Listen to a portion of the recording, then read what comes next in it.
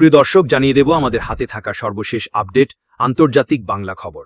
চ্যানেলটি সাবস্ক্রাইব করে আমাদের সাথেই থাকুন। লাহোরে ভারতীয় নজরদারি ড্রোন ভূপাতিত করল পাকিস্তান। পাকিস্তানের নিরাপত্তা বাহিনী দাবি করেছে তারা লাহোরের মানাওয়ান এলাকায় একটি ভারতীয় নজরদারি ড্রোন ভূপাতিত করেছে। শুক্রবার 8ই আগস্ট জিও নিউজের প্রতিবেদনে বলা হয়, পাকিস্তানের আকাশসীমায় প্রবেশের পরই ড্রোনটির গতিবিধি শনাক্ত করে লক্ষ্যবস্তুতে আঘাত হানে নিরাপত্তা বাহিনী। ড্রোনটিতে কোনো বিস্ফোরক না থাকার কারণে এটি নজরদারি কাজে ব্যবহৃত হয়েছে বলে ধারণা করা হচ্ছে। ভারত পাকিস্তানের মধ্যে কয়েকদিনের রক্তক্ষয়ী সংঘাত শেষ হয়েছে গত 10ই মে। সীমান্ত এখন অনেকটাই শান্ত থাকলেও পাকিস্তানের আকাশে ভারতীয় ড্রোন ওড়ার খবরে আবারও উত্তেজনা দেখা দিয়েছে।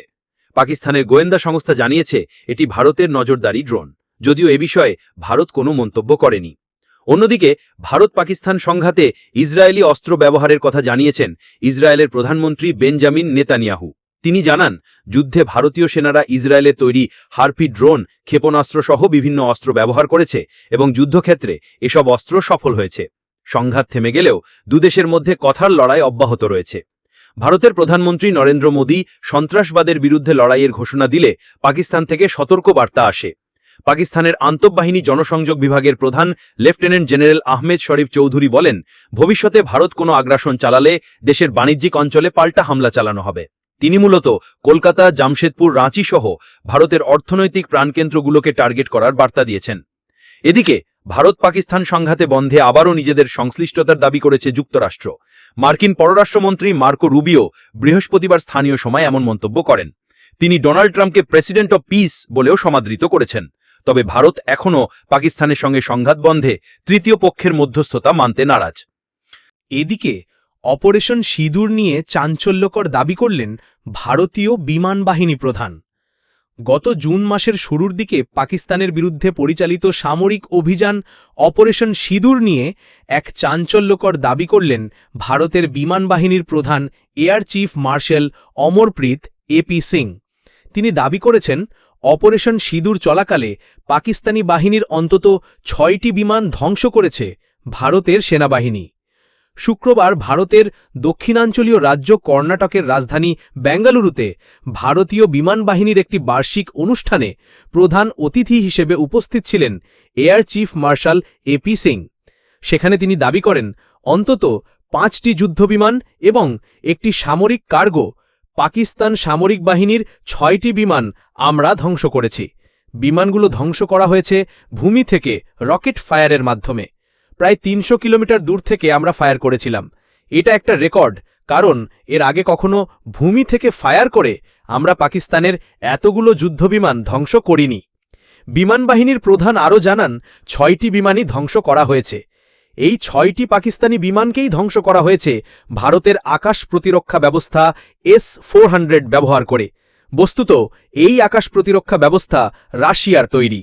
এই 6টি পাকিস্তানি বিমান ধ্বংসের পাশাপাশি আকাশপথে পাকিস্তানের সামরিক ঘাঁটিতে হামলার সময়েও বেশ কিছু পাকিস্তানি বিমানের ক্ষয়ক্ষতি হয়েছে বলে জানান এয়ার চিফ মার্শাল অমরপ্রীত।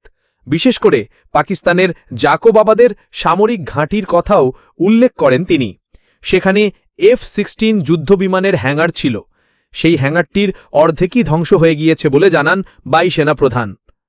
জাকোবাবাদের ওই হ্যাঙ্গার প্রসঙ্গে তিনি বলেন, আমি নিশ্চিত যে ওই হ্যাঙ্গারের ভেতরে কিছু বিমান ছিল যেগুলো ক্ষতিগ্রস্ত হয়েছে। 22 এপ্রিল ভারতের জম্মু কাশ্মীর রাজ্যে সন্ত্রাসী হামলায় নিহত হন 25 জন ভারতীয় এবং একজন নেপালি পর্যটক। ভয়াবহ এই জঙ্গি হামলার জন্য পাকিস্তানকে দায়ী করে ভারত, কিন্তু দেশটির কেন্দ্রীয় সরকার ভারতের এই অভিযোগ প্রত্যাখ্যান করে বলে, পাকিস্তানকে হেয় করার জন্য ভারত নিজে এই হামলার পরিকল্পনা সাজিয়েছে। এ নিয়ে নয়াদিল্লি ও ইসলামাবাদের মধ্যে চলমান উত্তেজনার মাঝেই 4 থেকে 7 জুন পর্যন্ত পাকিস্তানের আজাদ কাশ্মীর, পাঞ্জাব ও সিন্ধে অভিযান পরিচালনা করে ভারতীয় বিমান বাহিনী। দেশটির প্রতিরক্ষা বাহিনী সেই অভিযানের নাম দেয় অপারেশন সিঁদুর। এরপরে অবশ্য 7 জুন থেকে ভারতের বিরুদ্ধে পাল্টা অভিযান অপারেশন বুনিয়ান উল মারসুস পরিচালনা করে পাকিস্তান। পরে মার্কিন প্রেসিডেন্ট ডোনাল্ড ট্রাম্পের হস্তক্ষেপে যুদ্ধবিরতিতে যায় দুই দেশ। অপরদিকে মিশিগানে বাংলাদেশি আমেরিকান ফেস্টিভ্যাল অনুষ্ঠিত। বাংলাদেশ অ্যাসোসিয়েশন অফ মিশিগান বামের উদ্যোগে মিশিগানে 2 ও 3 আগস্ট অনুষ্ঠিত হল 16তম Bangladeshi American festival. Warren City স্কোয়ারে উৎসবমুখর পরিবেশে এ মেলা অনুষ্ঠিত হয় জাতীয় সঙ্গীত পরিবেশন ও শান্তির প্রতীক পায়রা উড়িয়ে মেলার উদ্বোধন করা হয় মিশিগান অঙ্গরাজ্যের বিভিন্ন শহর থেকে বিপুল সংখ্যক প্রবাসী বাঙালিরা এ মেলায় অংশগ্রহণ করেন মেলা পরিণত হয় মিলন মেলায় যেন ছোট্ট এক টুকরা লাল সবুজের বাংলাদেশ মেলায় বাংলাদেশ ও উত্তর আমেরিকার জনপ্রিয় শিল্পীরা অংশগ্রহণ করেন মেলায় ছিল আকর্ষণীয় র্যাফেল ড্র প্রথম পুরস্কার ছিল একটি গাড়ি সাংস্কৃতিক অনুষ্ঠানে ছিল নৃত্য গান এছাড়া ছিল দেশীয় আড্ডা ছিল রকমারি স্টলে বাংলাদেশি কাপড় খেলনা ঘর সাজানোর জিনিস ও বিভিন্ন স্বাদের খাবারের দোকান অনুষ্ঠানে গান গেয়েছেন প্রীতম হাসান প্রতীক হাসান বাউল শিল্পী কালামিয়া শাহনাজ বেলি সহ উত্তর আমেরিকার জনপ্রিয় শিল্পীরা স্থানীয় শিল্পীরাও সঙ্গীত পরিবেশন করেন সংগঠনের সহযোগী সহ ওয়ারেন পুলিশ মেলার নিরাপত্তার দায়িত্বে ছিল আমেরিকার মূলধারার রাজনীতিবিদ সিটি অফিসিয়াল সহ অনেকে এ মেলায় আসেন ও বক্তব্য দেন সব বয়সী মানুষের জন্য ছিল বিনোদনের ব্যবস্থা ওয়ারেন সিটি স্কোয়ারের বিরাট মাঠে প্রবীণ অনেককে আড্ডা দিতে ও ছোট ছোট শিশু কিশোরকে খেলাধুলো করতে দেখা যায় প্রতিদিন দুপুর থেকে মধ্যরাত পর্যন্ত মেলার কার্যক্রম চলে সংগঠনের সভাপতি জাবেদ চৌধুরী জানান প্রতিবারের মতো এবারও মেলায় আমরা বাংলাদেশি আমেরিকান ঐতিহ্য কৃষ্টি তুলে ধরার চেষ্টা করেছি বিশেষ করে এখানে বেড়ে ওঠা নতুন প্রজন্ম যেন বাংলা ও বাঙালিত্ব সম্পর্কে জানতে পারে এবং মিশিগান প্রবাসী বাঙালিদের বিনোদন দেওয়ার চেষ্টা করেছি তিনি সবাইকে এ মেলায় উপস্থিত থেকে অংশগ্রহণ করে সাহায্য সহযোগিতা করে মেলাটি সুন্দর ও সফল করার জন্য ধন্যবাদ ও কৃতজ্ঞতা জানান সব শেষ জানিয়ে দেব আর্মেনিয়া ও আজারবাইজান চিরকালের জন্য যুদ্ধবন্ধে প্রতিশ্রুতিবদ্ধ ট্রাম্প মার্কিন প্রেসিডেন্ট ডোনাল্ড ট্রাম্প বলেছেন কয়েক দশকের সংঘাতের পর আর্মেনিয়া ও আজারবাইজান স্থায়ী শান্তির জন্য প্রতিশ্রুতিবদ্ধ শুক্রবার হোয়াইট হাউসে দক্ষিণ ককেশাসে দুই দীর্ঘস্থায়ী প্রতিদ্বন্দ্বী নেতাকে আমন্ত্রণ জানিয়ে একটি চুক্তি স্বাক্ষর অনুষ্ঠানে তিনি একথা বলেন আর্মেনিয়ার প্রধানমন্ত্রী নিকোল পাশিনিয়ান এবং আজারবাইজানের দীর্ঘদিনের প্রেসিডেন্ট ইলহাম আলিয়েভ বলেছেন ট্রাম্পের মধ্যস্থতার জন্য তাকে নোবেল শান্তি পুরস্কার পাওয়া উচিত পুরস্কারটির জন্য মার্কিন নেতা সচেষ্ট রয়েছেন অনুষ্ঠানে ট্রাম্প বলেন দুটি সাবেক সোভিয়েত প্রজাতন্ত্র চিরকালের জন্য সকল যুদ্ধ বন্ধ করতে বাণিজ্য ভ্রমণ ও কূটনৈতিক সম্পর্ক উন্মুক্ত করতে এবং একে অপরের সার্বভৌমত্ব ও আঞ্চলিক অখণ্ডতাকে সম্মান করতে প্রতিশ্রুতিবদ্ধ তবে দীর্ঘদিনের শত্রুদের মধ্যে চুক্তির সূক্ষ্ম মুদ্রণ এবং বাধ্যতামূলক প্রকৃতি অস্পষ্ট রয়েছে ট্রাম্প বলেন দুই নেতার মধ্যে চমৎকার সম্পর্ক বিদ্যমান থাকবে তিনি আরও বলেন তবে যদি কোনো দ্বন্দ্ব হয় তাহলে তারা আমাকে ফোন করবেন এবং আমরা বিষয়টি সমাধান করব খ্রিস্টান সংখ্যাগরিষ্ঠ আর্মেনিয়া ও মুসলিম সংখ্যাগরিষ্ঠ আজারবাইজান তাদের সীমান্ত ও পরস্পরের ভূখণ্ডের মধ্যে জাতিগত ছিটমহলের মর্যাদা নিয়ে কয়েক দশক ধরে বিরোধ অব্যাহত রেখেছে বিতর্কিত কারাবাক অঞ্চল নিয়ে দেশ দুটি দুবার যুদ্ধে লিপ্ত হয়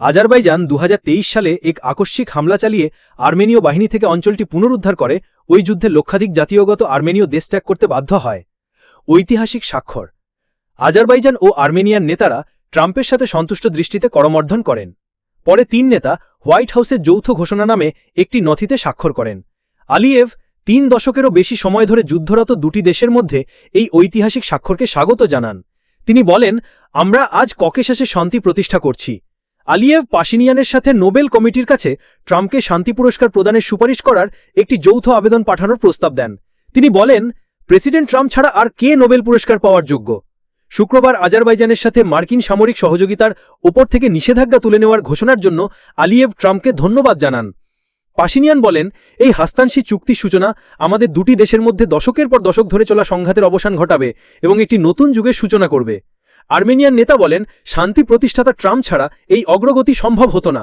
তিনি আরও বলেন মার্কিন প্রেসিডেন্ট নোবেল পাওয়ার যোগ্য চুক্তিতে আর্মেনিয়ার মধ্য দিয়ে একটি ট্রানজিট করিডর স্থাপনের কথাও অন্তর্ভুক্ত করা হয়েছে যা আজারবাইজানকে বাকুর দীর্ঘদিনের দাবি নাকচিভানের সাথে সংযুক্ত করবে